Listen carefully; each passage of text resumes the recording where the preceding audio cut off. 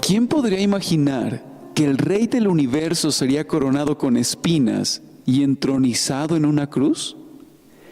En este poderoso sermón titulado El Rey Crucificado, el pastor Sugel Michelén nos lleva al corazón del Evangelio a través de Marcos 15, del 22 al 32, donde Cristo no es derrotado, sino exaltado, precisamente en su sufrimiento. Este mensaje no solo nos confronta, nos consuela y nos transforma, sino que nos recuerda que la cruz fue el trono desde donde el Rey redimió a su pueblo. Este sermón se desarrolla en torno a tres poderosas escenas. Primero, el lugar del Gólgota, donde la humanidad y el cielo se encontraron en un momento eterno. Segundo, la burla de los hombres que sin saberlo proclamaban verdades eternas. Tercero, el reinado glorioso de Jesús desde la cruz, que revela quién es realmente el Rey. Escucha estas palabras del sermón que estremece el alma. La cruz no fue un accidente, fue un plan divino. Cristo no perdió su vida, Él la entregó voluntariamente como un Rey soberano. En la cruz no hay debilidad, hay majestad, la majestad del amor redentor. Querido oyente, no estás aquí por casualidad. Este mensaje tiene el poder de abrir tus ojos, de sacudir tu corazón y de llevarte a los pies del Rey crucificado. Quédate hasta el final, porque lo que escucharás hoy puede cambiar tu eternidad. Marcos capítulo 15, a partir del versículo 22. Le llevaron al lugar llamado Gólgota, que traducido significa lugar de la calavera, y trataron de darle vino mezclado con mirra, pero él no lo tomó. Cuando le crucificaron, se repartieron sus vestidos echando suertes sobre ellos para decidir lo que cada uno tomaría. Era la hora tercera cuando le crucificaron, y la inscripción de la acusación contra él decía: el Rey de los Judíos. Crucificaron con él a dos ladrones, uno a su derecha y otro a su izquierda, y se cumplió la escritura que dice: y con los transgresores fue contado. Y los que pasaban le injuriaban meneando la cabeza y diciendo: va, tú que destruyes el templo y en 3 días lo reedificas, sálvate a ti mismo descendiendo de la cruz.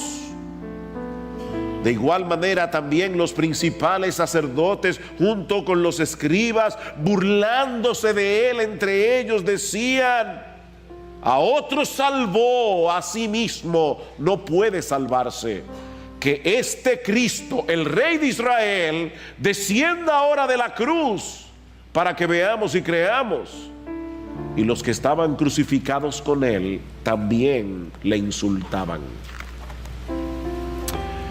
No deja de ser sorprendente el hecho de que los cristianos hayan escogido la cruz como el símbolo distintivo de su fe, si tomamos en cuenta que desde el inicio de la iglesia, la cruz fue uno de los tropiezos más grandes que enfrentaron los cristianos para la propagación del evangelio.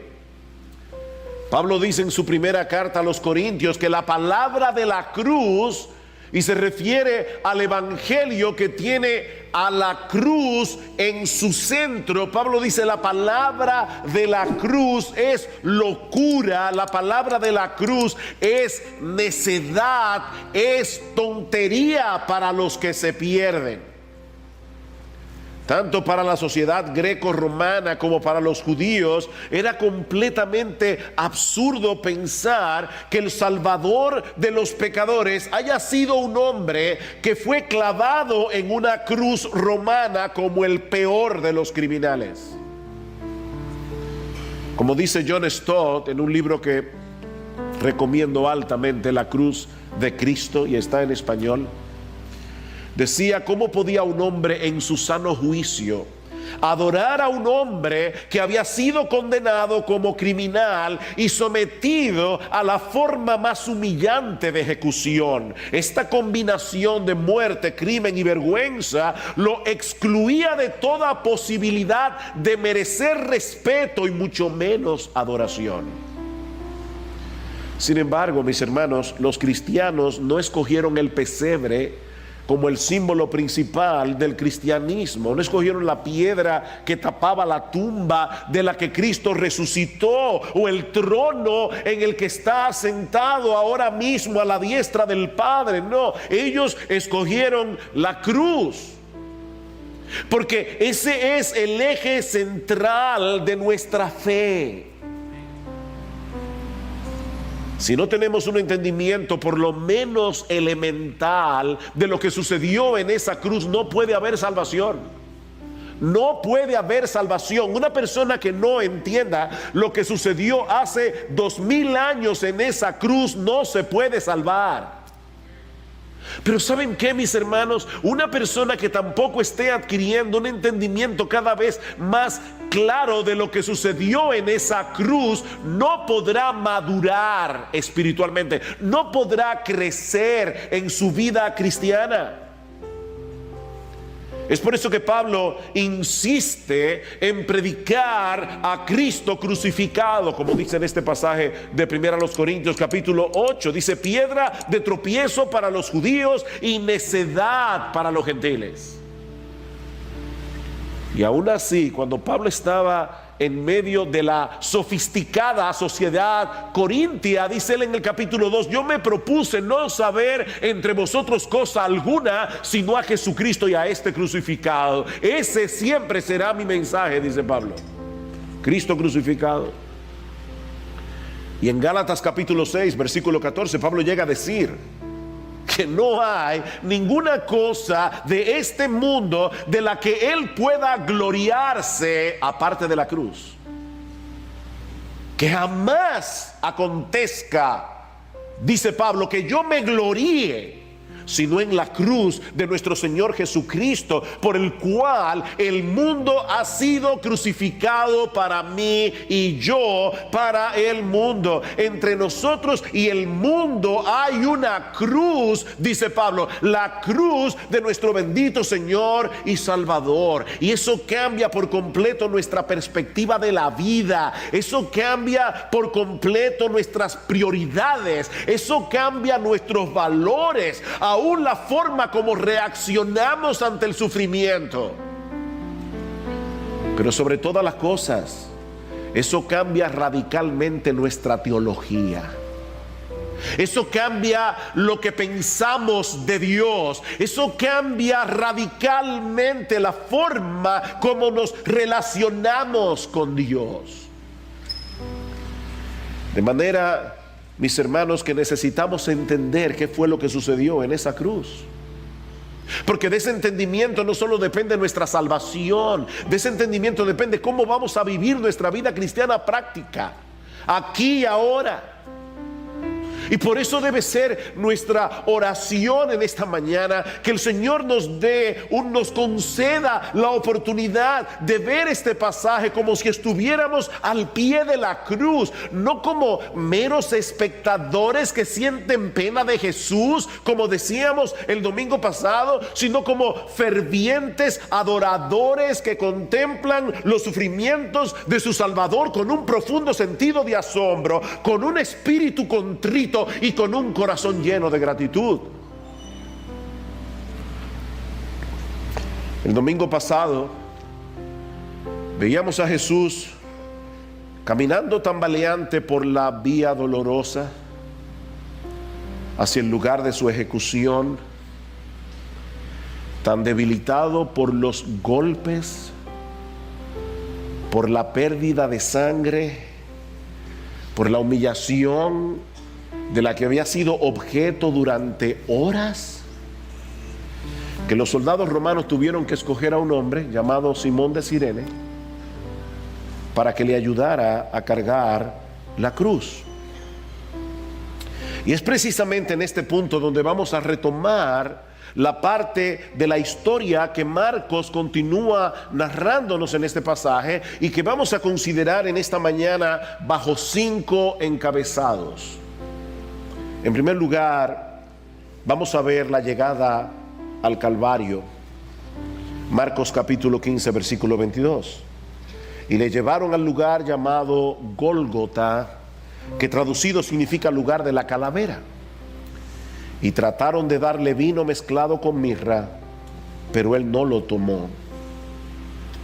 Los que estuvieron el domingo pasado en la tarde, cuando dimos el reporte de nuestro viaje a Israel, recordarán que uno de los lugares que visitamos fue precisamente lo que se conoce como el jardín de la tumba, el lugar donde probablemente Jesús fue crucificado. Hay un monte allí que tiene forma de calavera y cerca de ese lugar hay una tumba vacía que se supone era la tumba que José de Arimatea le cedió a Jesús después de su muerte para que fuera enterrado.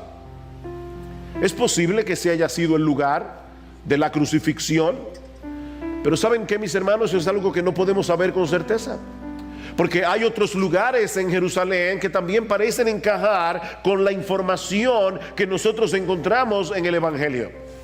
Lo que sí sabemos con toda certeza es que Jesús fue crucificado en el Gólgota, una palabra que significa lugar de la calavera, muy probablemente porque había un monte allí en forma de cráneo humano. De hecho, nuestra palabra Calvario viene de la traducción que hace la Vulgata latina al latín, la palabra Calvaria, que significa precisamente una calavera.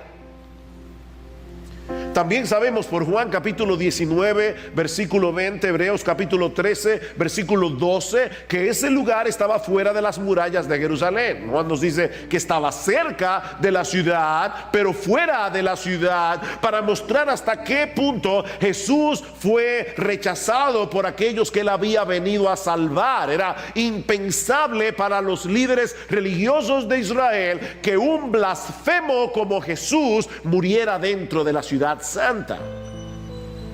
De paso, el autor de la carta a los Hebreos, tomando ese ejemplo, nos dice en Hebreos capítulo 13 versículo 13 que nosotros debemos salir a él fuera del campamento llevando su oprobio, como lo traduce otra versión del Nuevo Testamento. Vayamos pues con Jesús fuera del campamento y suframos la misma deshonra que él sufrió.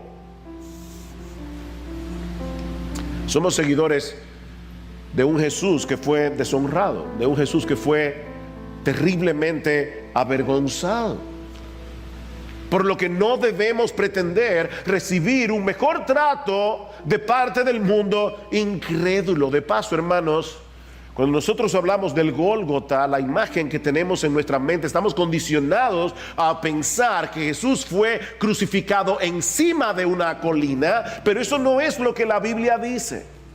En ningún pasaje de las Escrituras se nos dice que Cristo fue crucificado encima de una colina. De hecho, los romanos acostumbraban a crucificar en la calle para que sirviera de escarmiento a todo el que pasara por allí.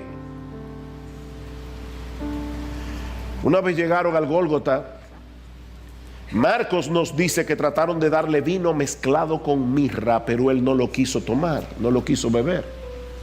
Esa era una especie de analgésico, una especie de sedativo que se usaban en aquellos días y que los soldados quisieron darle a Jesús, no porque sintieran compasión de él, sino para poder llevar a cabo su macabra tarea de clavarlo en una cruz de una forma más fácil, sin tener que lidiar con el forcejeo del condenado.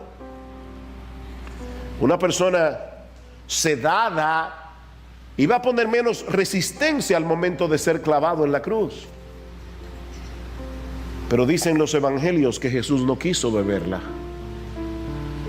Él debía tomarse esa copa de aflicción que el Padre le había dado hasta la última gota y en pleno uso de sus facultades mentales y sensoriales.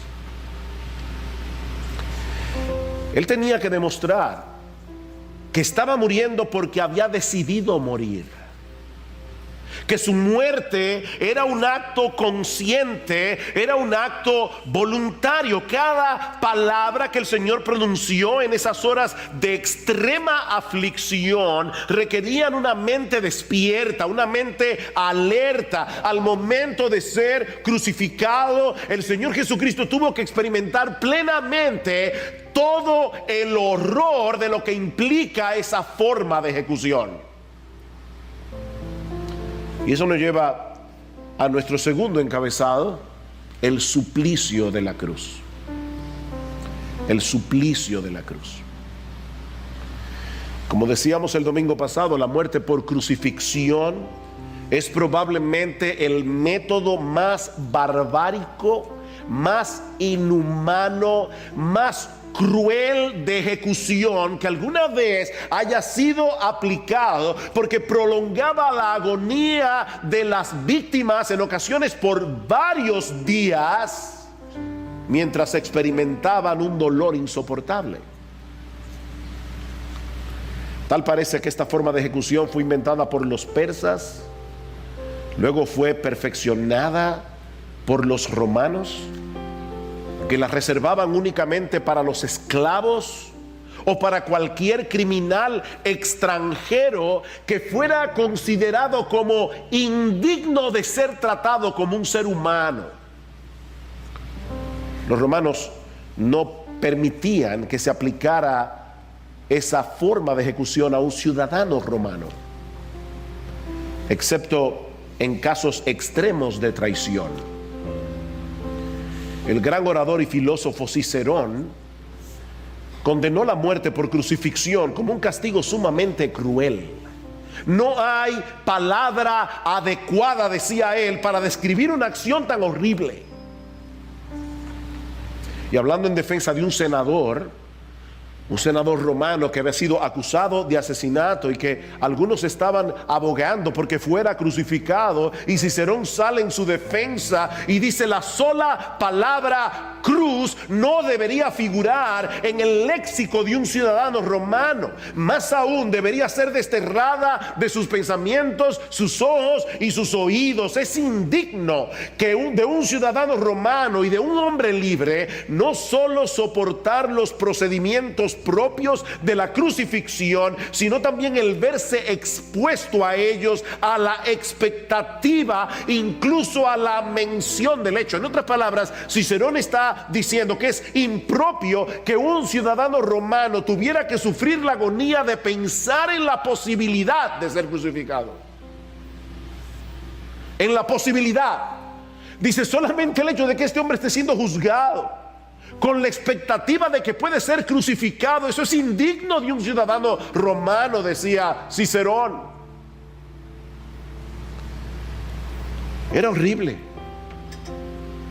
Y sin embargo, ninguno de los evangelistas se detiene a describir en detalles los sufrimientos físicos que el Señor padeció en la cruz. Vean una vez más el versículo 24. Cuando le crucificaron, se repartieron sus vestidos. Eso es todo lo que dice. Cuando le crucificaron. Solo 3 palabras fueron suficientes para describir una muerte tan horrible, y lo mismo vemos en los otros evangelios. Todos se limitan a decir que Jesús fue crucificado. Y hay al menos 2 razones para esta descripción tan escueta. La más obvia de todas es que los lectores originales del Evangelio estaban muy familiarizados con esta forma de ejecución. Ellos no necesitaban ninguna explicación detallada de los sufrimientos físicos que experimentaba un crucificado. Ese era un castigo para ellos que veían con cierta frecuencia si vivían en el Imperio Romano. Pero es probable también que los evangelistas quisieran poner un mayor énfasis en lo que Jesús tuvo que padecer, tanto a nivel emocional como a nivel espiritual, al tener que cargar con nuestra culpa, al tener que cargar con nuestra vergüenza en la cruz del Calvario. Mis hermanos, ningún sufrimiento físico podía compararse siquiera al hecho de haber tenido que recibir sobre sí todo el peso de la ira justa de Dios que nosotros merecíamos por nuestros pecados. Esa fue la agonía de Jesús en el huerto de Getsemaní, ¿recuerdan? Padre, si es posible, pasa de mí esta copa, la copa de la ira de Dios, el saber que en unas pocas horas Él iba a sufrir el desamparo del Padre, una completa ruptura de la deleitosa comunión que Jesús había disfrutado con su Padre Celestial hasta ese momento en que fue hecho pecado por causa nuestra. Él fue hecho pecado, dice la Biblia. Pero no por eso debemos minimizar lo que Jesús tuvo que padecer físicamente al asumir nuestro lugar en la cruz del Calvario. Si bien los lectores del primer siglo no necesitaban que se les explicara en detalle lo que implicaba la muerte por crucifixión, nosotros estamos en una situación muy diferente. Muy diferente, sobre todo tomando en cuenta el hecho de que la cruz de Cristo ha sufrido una especie de domesticación con el paso del tiempo. La cruz ha sido domesticada, a tal punto que para muchos no es más que un símbolo religioso, algo que se cuelgan en el pecho o que ponen en las iglesias, un símbolo del cristianismo y nada más. Pero mis hermanos, la cruz en el primer siglo, en el tiempo del Señor, no era meramente un símbolo, era un instrumento de tortura, en el que las víctimas sufrían un dolor inimaginable. Describiendo los padecimientos conectados con la muerte por crucifixión, alguien ha dicho que parece incluir todo lo que el dolor y la muerte puedan tener de terrible y espantosa: vértigo, calambres, sed, inanición, falta de sueño, fiebre, tétano, vergüenza, publicación de la vergüenza, larga duración del tormento, horror de la anticipación, mortificación de las heridas no cuidadas, por solo mencionar algunas cosas. No había ninguna postura que trajera alivio al crucificado. Los romanos crucificaban con las rodillas ligeramente dobladas, y cuando el crucificado deseaba respirar, se estiraba y colocaba todo su peso sobre los clavos que atravesaban los pies, lo que producía una agonía de dolor ardiente al desgarrar los huesos metatarsianos. Era horrible. Pero entonces, si se cansaba de la postura y cedía el peso de su cuerpo y se dejaba caer, entonces los clavos de las muñecas presionaban los nervios medios, produciendo un dolor igualmente agonizante.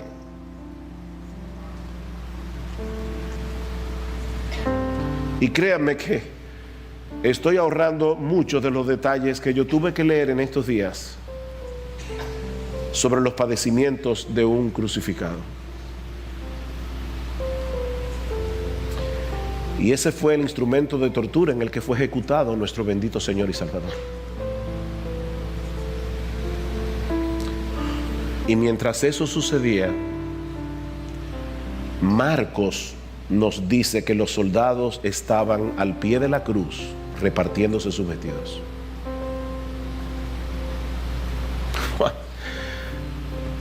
Eso es increíble. Mientras Jesús estaba allí suspendido entre el cielo y la tierra, los soldados se repartían sus vestidos. Marcos nos da la escena más ampliamente. Dice: los soldados, cuando crucificaron a Jesús, tomaron sus vestidos e hicieron 4 partes, una parte para cada soldado. Y tomaron también la túnica, que era sin costura, tejida en una sola pieza. Por tanto, se dijeron unos a otros: no la rompamos. Ellos estaban allí hablando. No la rompamos, no, echemos suerte sobre ellas para ver de quién será. Y Juan añade, para que se cumpliera la escritura, Salmo 22, versículo 18: repartieron entre sí mis vestidos y sobre mi ropa echaron suertes. Y Juan añade, por eso los soldados hicieron eso. Por eso.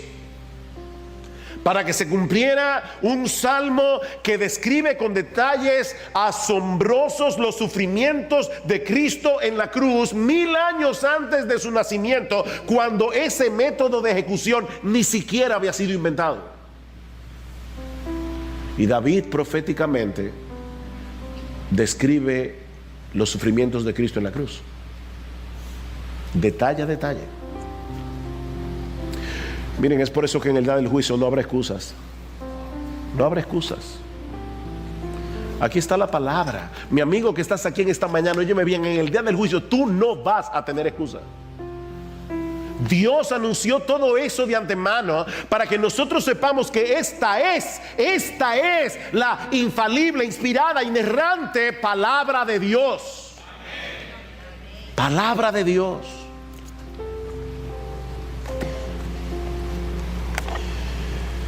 Pero ese detalle no solamente revela el control soberano de Dios sobre la muerte de Cristo y la veracidad de las Escrituras, mis hermanos, yo creo que ese detalle está allí para que nosotros podamos ver el corazón endurecido de los soldados.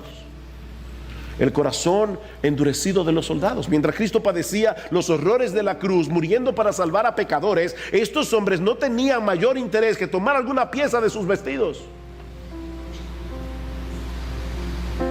Hasta ese punto puede llegar la dureza de un corazón humano. Y yo me pregunto si habrá alguno aquí, en esta mañana, aquí en esta iglesia, escuchando este mensaje, en esa misma condición. En esa misma condición espiritual, como si la muerte de Cristo en la cruz fuera un hecho intrascendente. Algo que no tiene nada que ver con ellos, ninguna relevancia. Oh, mi amigo, este relato de la crucifixión tiene que ver contigo. Tiene que ver contigo. Cristo murió en la cruz porque tú eres pecador. Esto tiene que ver contigo. Esto no es una historia pasada.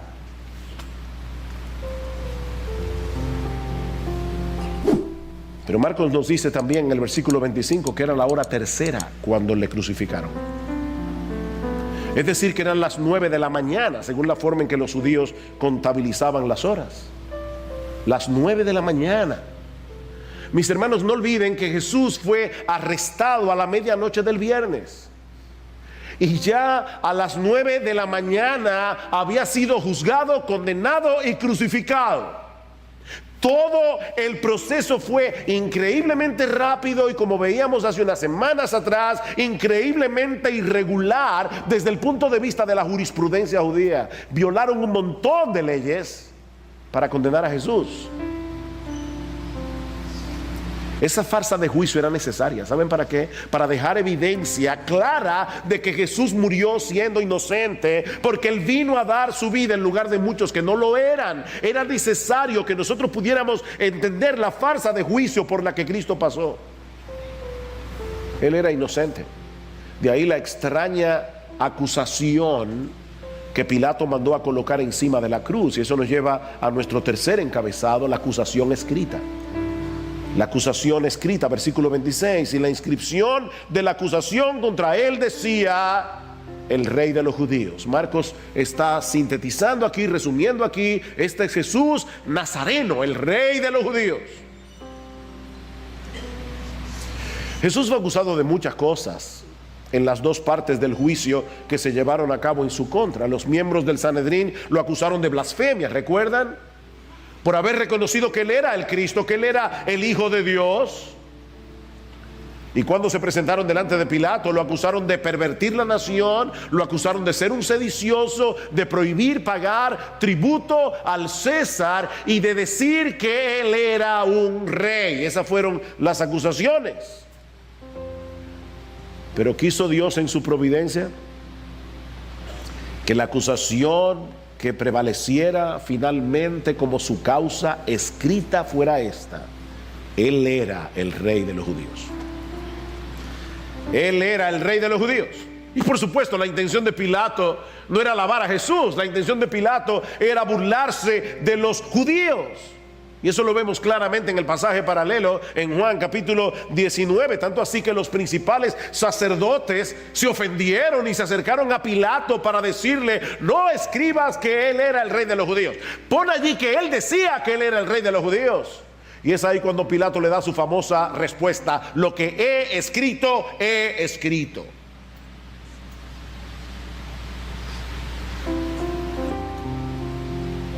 A pesar de la intención burlona de Pilato,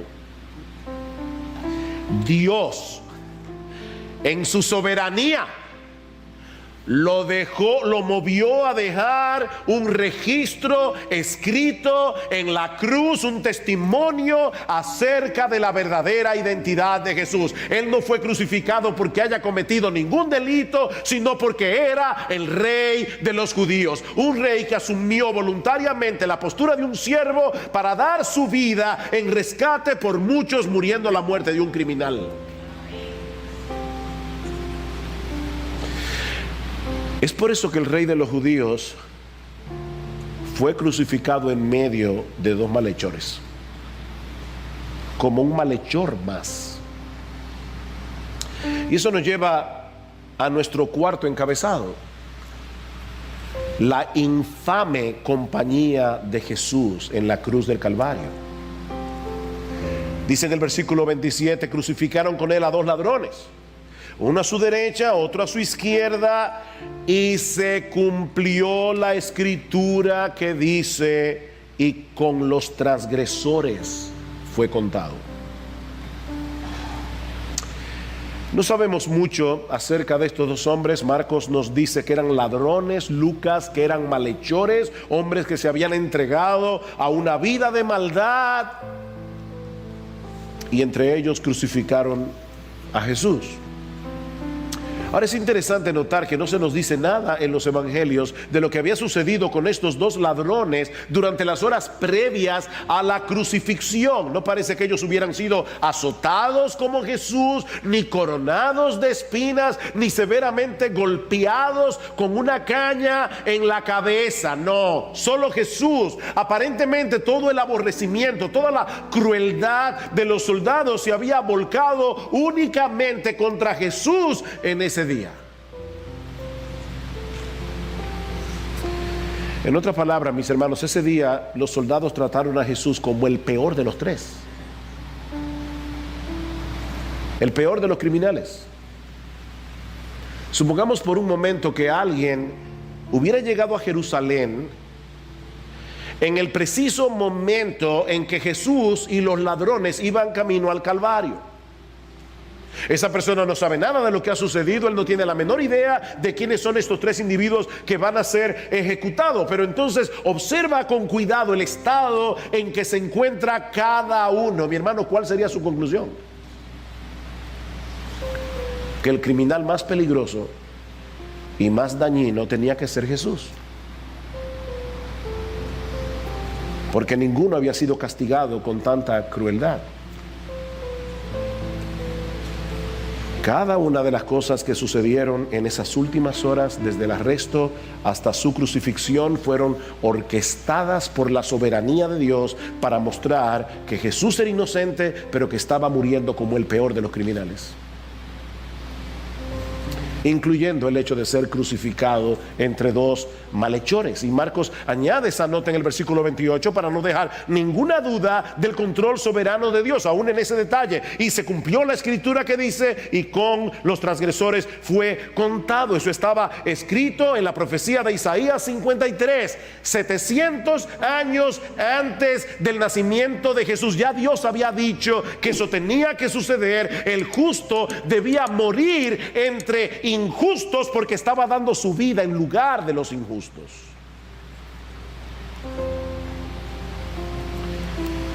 Pero hay una escena más en nuestro texto y que veremos mucho más brevemente: las burlas y los insultos alrededor de la cruz. Las burlas y los insultos alrededor de la cruz. Versículo 29: y los que pasaban le injuriaban meneando la cabeza, y diciendo: va, tú que destruyes el templo y en 3 días lo reedificas, sálvate a ti mismo descendiendo de la cruz. De igual manera también los principales sacerdotes junto con los escribas, burlándose de él entre ellos, decían: a otros salvó, a sí mismo no puede salvarse. Que este Cristo, el Rey de Israel, descienda de la cruz ahora para que veamos y creamos. Y dice Marcos que lo mismo hacían los que estaban crucificados con él. Como si no hubiera sido suficiente la humillación a la que había sido sometida en el pretorio y el dolor insoportable de la cruz, ahora la multitud continúa descargando su furia contra Jesús a través de burlas e insultos. Si dices tener tanto poder como para reedificar el templo en 3 días, ¿por qué no te bajas de la cruz? Sálvate a ti mismo. Y lo mismo decían los sacerdotes. Si de verdad eres el Cristo, y me imagino las muecas, si de verdad eres el Cristo, el Rey de Israel, demuéstralo, bájate de la cruz y vamos a creer en ti. Ese fue el último intento de Satanás de que Cristo no muriera en la cruz. Esa fue su intención desde el principio: mover a Cristo, tentarlo a que Cristo buscara gloria sin cruz. La misma tentación que tú y yo tenemos que soportar todos los días: gloria sin cruz. Lo que ellos no sabían es que al hacer lo que estaban haciendo, estaban cumpliendo lo que Dios había profetizado otra vez 1000 años antes en el Salmo 22. Todos los que me ven de mí se burlan, hacen mueca con los labios, menean la cabeza, hasta ese detalle, menean la cabeza diciendo que se encomiende al Señor, que Él lo libre, que Él los rescate, puesto que en Él se deleita. Ahora, mis hermanos, y esto es glorioso, aquí está la ironía de esta injuria. Los sacerdotes se están burlando de Cristo porque no podía salvarse a sí mismo. ¿Cómo es posible que tú salvaste a tantas personas durante tu ministerio, pero que no seas capaz de hacer nada para impedir tu propia ejecución? Sálvate a ti mismo. Desde una perspectiva meramente humana, eso parece absurdo, ¿no es así? Que el que decía ser el Salvador del mundo no podía salvarse a sí mismo. Pero aquí está la ironía. Sin darse cuenta de lo que decían, estos sacerdotes estaban proclamando una de las más grandes verdades del Evangelio. Una de las más grandes verdades del Evangelio. Precisamente por ser el Salvador, Jesús no podía salvarse a sí mismo. Por ser el Salvador, no porque no tuviera suficiente poder como para sacarse los clavos de las manos, de los pies, bajarse de la cruz y terminar con cualquier oposición, pero mis hermanos, en un sentido mucho más profundo, Él no podía salvarse a sí mismo, porque de su muerte dependía tu salvación y la mía. Él no podía. De haberse salvado a sí mismo, Jesús habría dejado a los pecadores sin un Salvador, sin nadie que pudiera pagar su deuda con la justicia de Dios. Hay algo sumamente paradójico en esta escena, porque teniendo el poder para salvarse a sí mismo por amor a nosotros, no podía hacerlo. ¿Oyeron eso? Jesús tenía poder para salvarse a sí mismo, pero nos amaba tanto, nos amó tanto, te amó tanto, mi amado hermano, que Él no podía hacerlo. Él no podía salvarse a sí mismo. Su amor por nosotros le impedía salvarse a sí mismo. Por el gozo puesto delante de Él sufrió la cruz. El gozo puesto, ¿sabe cuál era el gozo delante de Él? Tu salvación y la mía. Por el gozo puesto delante de Él sufrió en la cruz.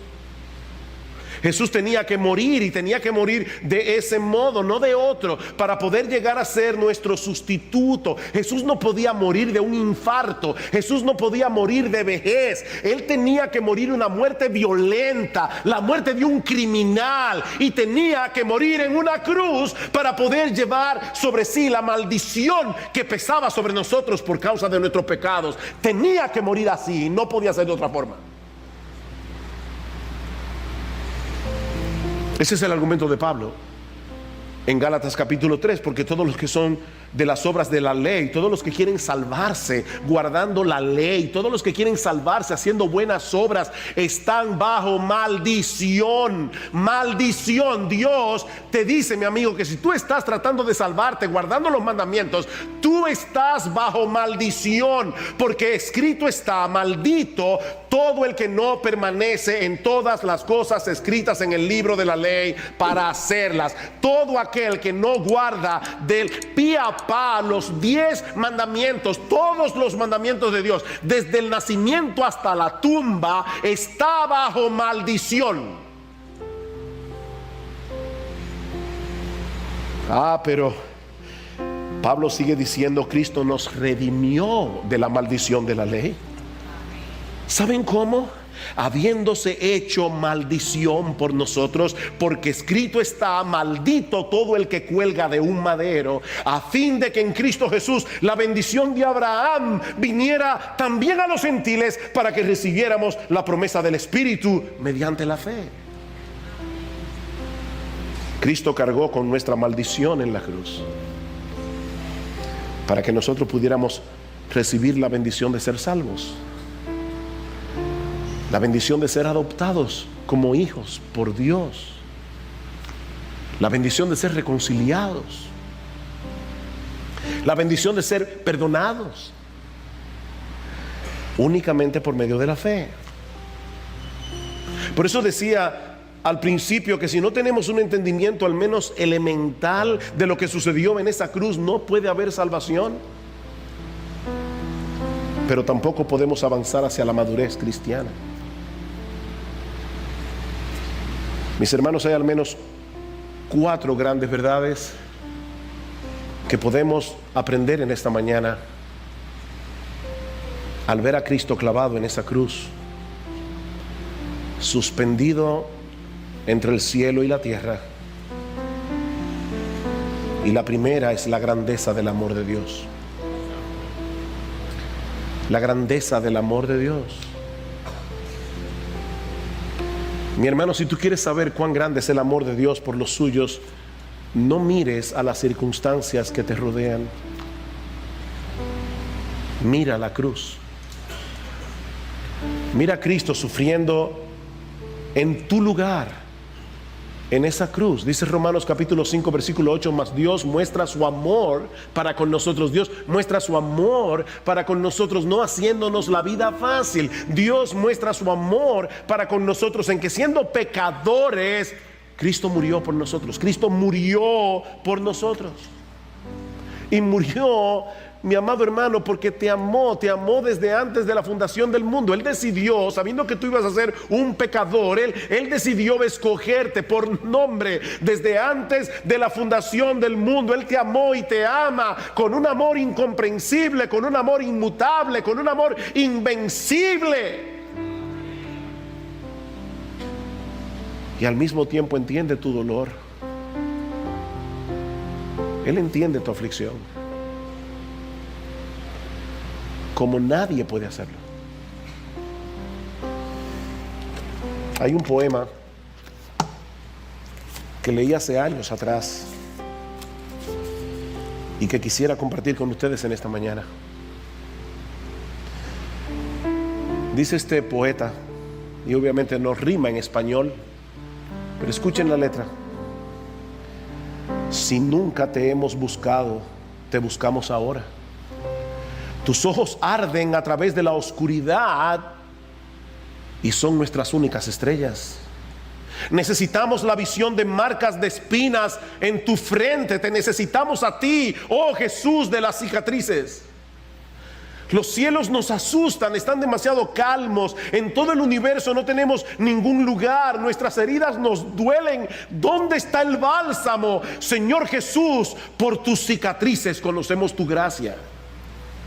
Si te acercas cuando las puertas están cerradas, solo muestra esas manos, ese lado de ti mismo. Sabemos hoy lo que son las heridas. No temas, muéstranos tus cicatrices. Conocemos la contraseña. Los otros dioses eran fuertes, pero tú fuiste débil. Ellos cabalgaban, pero tú tropezabas hacia un trono. Pero a nuestras heridas, solo la herida de Dios puede hablarles.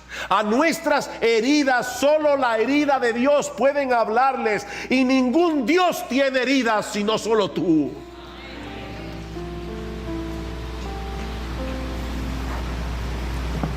Cristo te entiende en tu dolor y te ama. Miren, el dolor es soportable. Lo que es insoportable es el desamparo de Dios.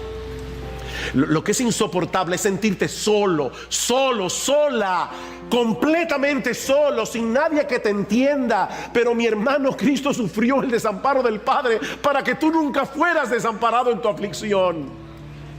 Él te entiende, Él te ama. Yo no entiendo el amor de Dios. Yo no entiendo esa clase de amor. La clase de amor que lleva al soberano del universo voluntariamente a dejarse clavar en una cruz.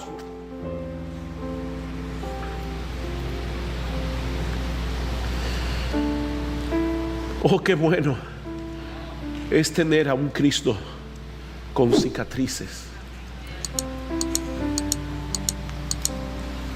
Pero en segundo lugar, al ver a Cristo clavado en esa cruz, podemos tener un mejor entendimiento de la naturaleza horrible del pecado. Hermano, nosotros estamos rodeados de pecaminosidad por todas partes. Tenemos pecado adentro, tenemos pecado afuera. Y podemos llegar a trivializar el pecado a través de la televisión, a través de la internet. Hay una campaña diabólica para que nosotros trivialicemos el pecado, para que lo veamos como poca cosa. Mira, mi hermano, cuando te sientas tentado por tus pecados favoritos, por aquellos que amamantas en tu corazón, recuerda a Cristo muriendo por ellos en esa cruz, porque fueron tus pecados, fueron los míos los que lo colocaron a Él allí. ¿Qué tan horrible es el pecado? Tan horrible que la segunda persona de la Trinidad tuvo que hacerse hombre y morir por ellos en una cruz. Así de horribles, decía el compositor escocés Horacio Bonar: alrededor de la cruz veo el tropel burlándose de los gemidos del sufriente, mas todavía parece ser mi propia voz, como si solo yo me burlara de él.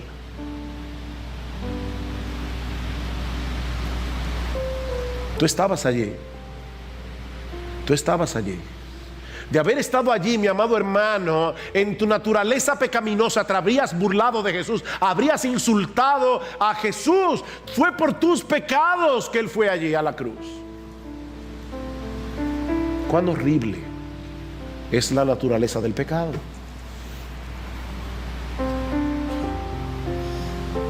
Pero en tercer lugar, al ver a Cristo suspendido en esa cruz, aprendemos también cuál es la esencia de la vida cristiana práctica.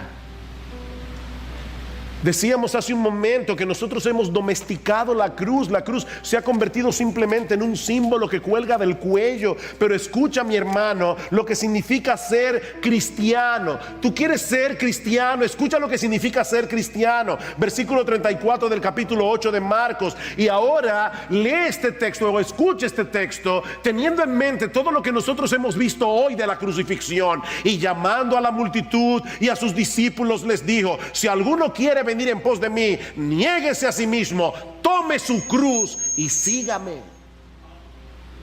Tome su cruz. Y Lucas añade: tome su cruz cada día y sígame.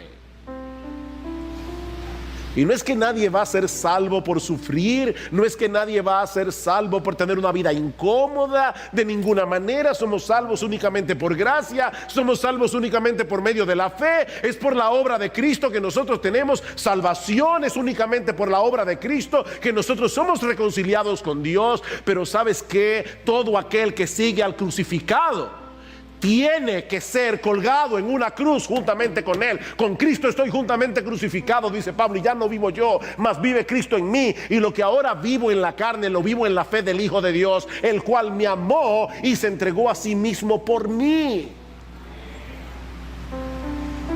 Tome su cruz cada día.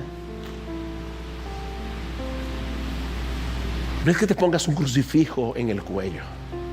No, es que cada día tú debes levantarte por la mañana y lo primero que tú hagas es ir al Calvario juntamente con Cristo, donde debe morir tu yo, donde debe morir a tus sueños terrenales si son contrarios a la voluntad de Jesús. Es allí donde debes morir a tu comodidad, es allí donde debes morir a vivir una vida segura y predecible. Debes morir con Cristo en esa cruz cada día. Miren, el cristianismo, por lo menos en República Dominicana, se ha vuelto tan popular. Es tan fácil decir hoy que soy cristiano e ir a una iglesia y cantar. No, mi hermano, el cristianismo práctico es morir cada día con Cristo. Ya no vivo yo. Es darle muerte, no solamente a tus pecados, es darle muerte a tus sueños, es darle muerte a tus prioridades, es darle muerte a tu voluntad para que reine su voluntad sobre tu vida. Eso es ser cristiano. Por eso Cristo dice en aquel día, en el día del juicio, muchos me dirán: Señor, Señor, y en tu nombre no echamos fuera demonios, y en tu nombre no profetizamos, y en tu nombre no hicimos milagros. Y entonces les declararé: yo nunca os conocí, yo no sé quién eres tú, apartaos de mí, hacedores de maldad. No todo el que me dice Señor, Señor entrará en el reino de los cielos, sino el que hace la voluntad de mi Padre que está en los cielos. Y para hacer la voluntad del Padre que está en los cielos, mi amado hermano, tú y yo tenemos que matar nuestra voluntad todos los días, porque estamos llenos de deseos que son contrarios a la voluntad de Dios.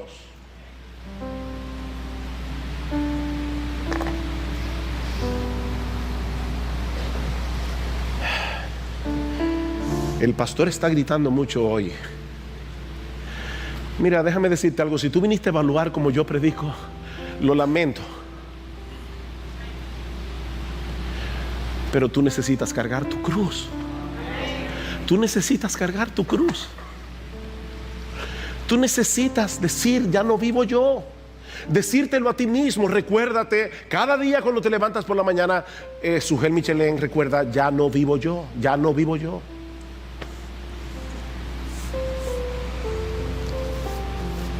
Cuando estaba ahora en Israel, escuchamos el testimonio de un pastor en Belén, en una iglesia cristiana. Y él nos decía: cada vez que yo salgo de Belén y voy a la franja de Gaza llena de musulmanes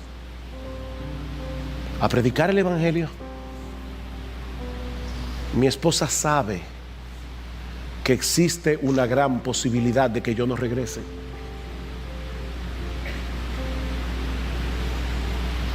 Ese hombre ha sido golpeado yo no sé cuántas veces, y aún así sigue predicando el evangelio. ¿Entiendes de qué estoy hablando? ¿Entiendes de qué se trata esto? No, la vida cristiana no es cool. La vida cristiana no se diseñó para que sea cool.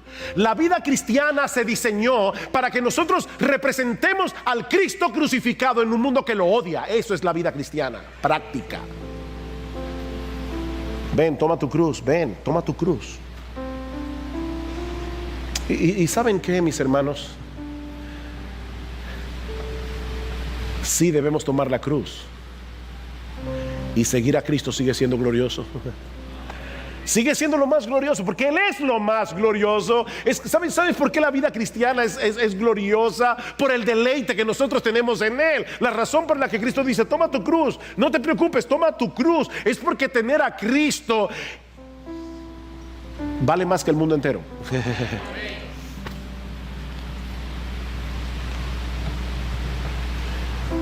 Uy, finalmente,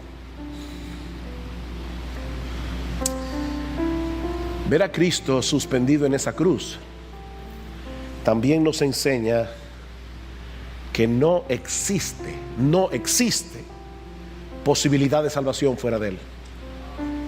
Mi amigo, no existe. El Hijo de Dios, la segunda persona de la Trinidad, tuvo que hacerse hombre para morir en una cruz por nuestros pecados. Tuvo que sufrir una agonía horrible, física, mental, emocional y sobre todo espiritual, cuando la ira de Dios se derramó sobre Él por causa de nuestros pecados. ¿Y sabes por qué Dios tuvo que hacerlo de esa manera? Porque no había otra manera.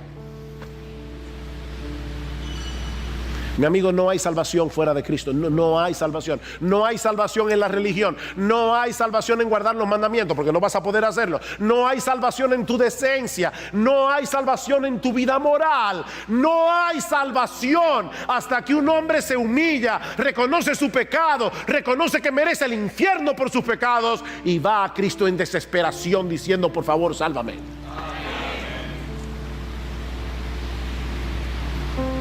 No hay salvación. No hay salvación fuera de la cruz. Oh, que jamás acontezca que yo me gloríe en ninguna otra cosa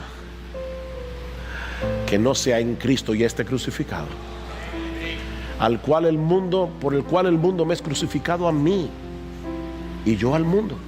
Hemos muerto con Cristo para andar en novedad de vida.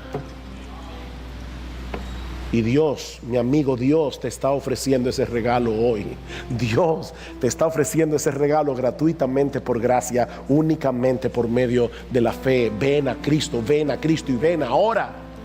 Y tendrás el perdón de todos tus pecados y tendrás el don de la vida eterna, únicamente por gracia, únicamente por Cristo, únicamente por medio de la fe. Ven a Cristo y ven ahora.